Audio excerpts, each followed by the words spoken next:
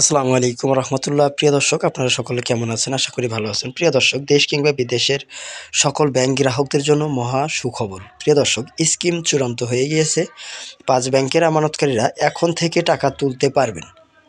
প্রিয় দর্শক, আপনারা জেনে খুশি হবেন যে 5 ইসলামী ব্যাংকের আমানত ফেরত দেওয়ার সময়সূচি সহ সাধারণ আমানতকারীদের স্বার্থ সুরক্ষায় বাংলাদেশ ব্যাংক স্কিম শুরু চূড়ান্ত করেছে। বাংলাদেশ ব্যাংকের এক প্রজ্ঞাপনে এই স্কিমের বিস্তারিতটি জানিয়েছে। প্রজ্ঞাপনে বলা হয়, সোমবার যেসব সাধারণ গ্রাহকদের আমানত 2 লাখ টাকা পর্যন্ত তাদের অর্থপূর্ণ সুরক্ষিত থাকবে। আমানত সুরক্ষা আইন ও আওতায় এই অর্থ যে কোনো সময় পুরোটা তোলা যাবে। যাদের আমানত 2 লাখ টাকার বেশি তাদের ক্ষেত্রে অর্থ তোলা যাবে কিস্তিতে। শুধু চলতি ও সঞ্চয়ী আমানত নির্দিষ্ট মেয়াদে তুলতে পারবে না গ্রাহকরা। এক্ষেত্রে পুরো টাকা তুলতে 24 মাস পর্যন্ত সময় লেগে যাবে। তবে এদিকে 5 ইসলামী ব্যাংকের একীভূত করে একটি ব্যাংক গঠনের প্রক্রিয়া চূড়ান্ত করে লোগো উন্মোচন করেছে বাংলাদেশ ব্যাংক। প্রজ্ঞাপনে বলা হয়েছে, ফার্স্ট সিকিউরিটি ইসলামী ব্যাংক, সোশ্যাল ইসলামী ব্যাংক, ইউনিয়ন ব্যাংক ও গ্লোবাল ইসলামী ব্যাংক এবং এক্সিম ব্যাংকে অধিগ্রহণ করবে নবগঠিত সম্মিলিত ইসলামী ব্যাংক।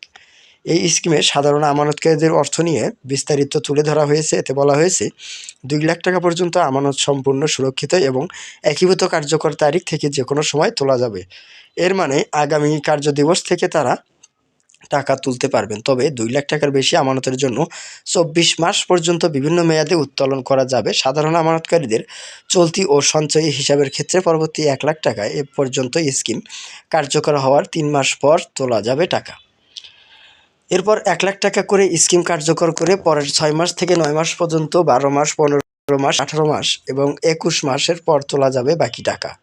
বাকি পুরো অর্থ তোলা যাবে 24 মাস পরে। এদিকে প্রতিষ্ঠানিক আমানতকারীদের চলতি সঞ্চয়ী আমানতের ক্ষেত্রে এই সূচি প্রযোজ্য বলে জানানো হয়েছে। পাশাপাশি সাধারণ আমানতকারীদের মেয়াদ ও স্থায়ী আমানতের বিষয়ে নির্দেশনা দেওয়া হয়েছে। আমানতকারীরা তাদের স্থায়ী আমানতের বিপরীতে সর্বোচ্চ 20% পর্যন্ত বিনিয়োগ বা ঋণ সুবিধা গ্রহণ করতে পারবে। এছাড়া 1-2 বছর মেয়াদি আমানত 3 বছর মেয়াদি আমানতের রূপান্তরিত হবে। 2-3 বছর মেয়াদি আমানত 4 বছর মেয়াদি এবং 3-4 বছরের মেয়াদি আমানত 5 বছর মেয়াদি আমানতে রূপান্তরিত হবে।